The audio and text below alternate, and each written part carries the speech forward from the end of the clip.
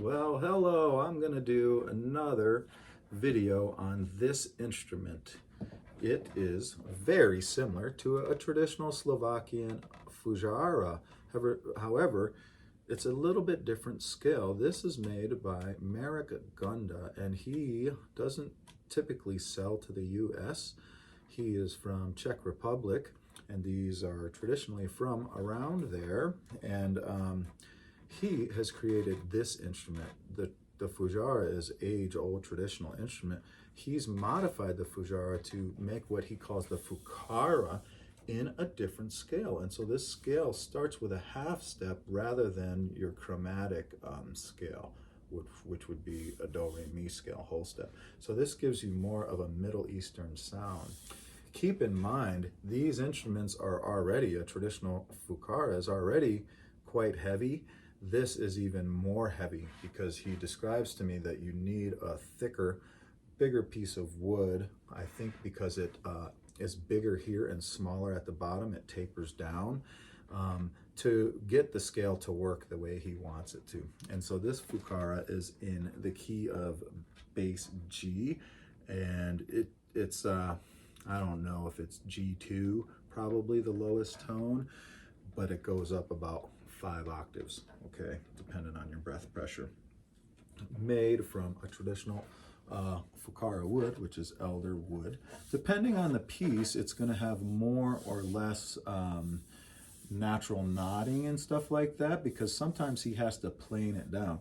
This one here is already sold, and we have 2 more on order. Each one will be unique. He does put these beautiful mandalas on here. And again, I'm the exclusive seller in the US, so the only opportunity to get a Fukara on this side of the world is so far through Singing Tree Flutes. And yes, so I'm really happy with Marek's invention here. It's pretty sweet. Again, I'll remind you, this is on another Fujara video as well, the way that this is made. Cork here, mouthpiece here, air shoots all the way up here, goes through into this piece and to the fipple. That gives you the ability to be able to reach the playing holes with such a long flute. There's no way to reach it from here. So that's why this extended mouthpiece is created, to where your mouthpiece is here, but the actual sound where it's produced is way up here. And this cork is really cool because of this long mouthpiece, you don't have to worry, let's say like on a Native American style flute, you don't have to worry about wet out like you do on other instruments, because it would take forever for moisture to go all the way up here and build up to where, let's say, spit was coming out this fipple here. And, oops, there's that ceiling. Well, this cork here, right here, is removable, and the moisture buildup is mostly going to be here. It's going to be able to drop down in here. So it really is a pretty genius design, to where you don't have to worry about moisture buildup like you would in other flutes, and that is also easy to clean as well. And these come with a couple different mouthpieces. I'm experimenting with even a longer mouthpiece to keep this a little bit away from your forehead if you wanted. But nonetheless, gorgeous piece. They cost a little bit to ship, of course, because they're big, larger than a didgeridoo in some cases. And again, I'm going to demonstrate the sound. It's predominantly an overtone instrument. It's not a traditional Fujara. Those are in a chromatic scale, but this haunting tone is just so fun to play. You're going to have to have some strength in your hands. You know, he told me that the 2 pieces that he has coming are a little heavier than this one too, and they can be a little bit awkward to handle, but he does his best to find the perfect branch, to have a natural curve in it so it's more comfortable to play. You know, they really have to take their time in hand picking the perfect tree branch for this. And he did tell me that the pieces that he's going to get, he's going to have to do more planing on the outside of them in order to take some of the weight off of it. It's just the nature of each piece that, you know, is there, but they all are going to have a really sweet organic look to them and have little bumps where the knot holes are.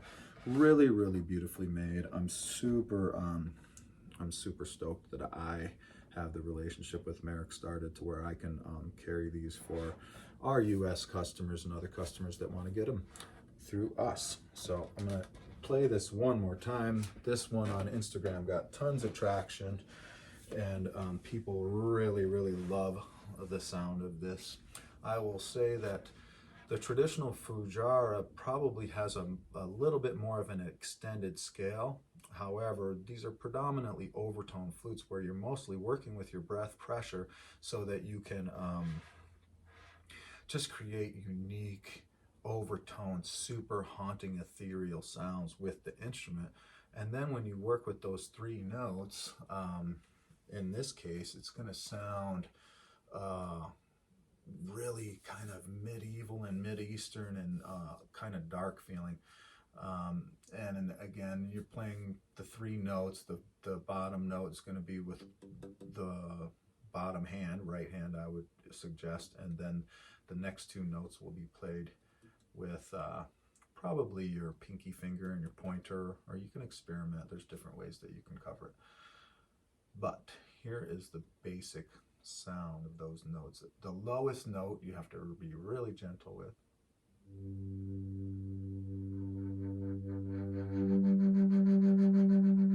And once you get to that second octave, that's where the notes on the finger holes work the best.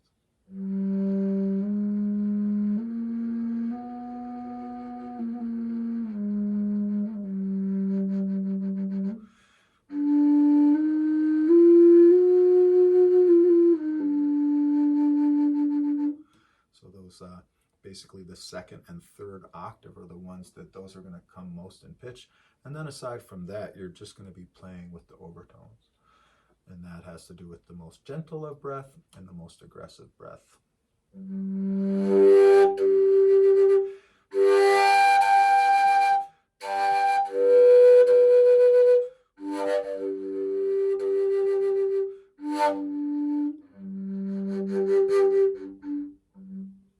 Cool. I'm going to play it for you with effects.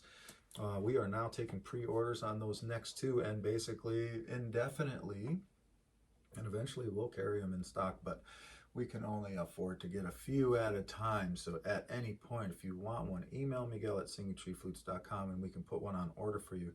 He's aiming for around a 60-day turnaround, so that's not too bad. It's better than our flutes. Okay.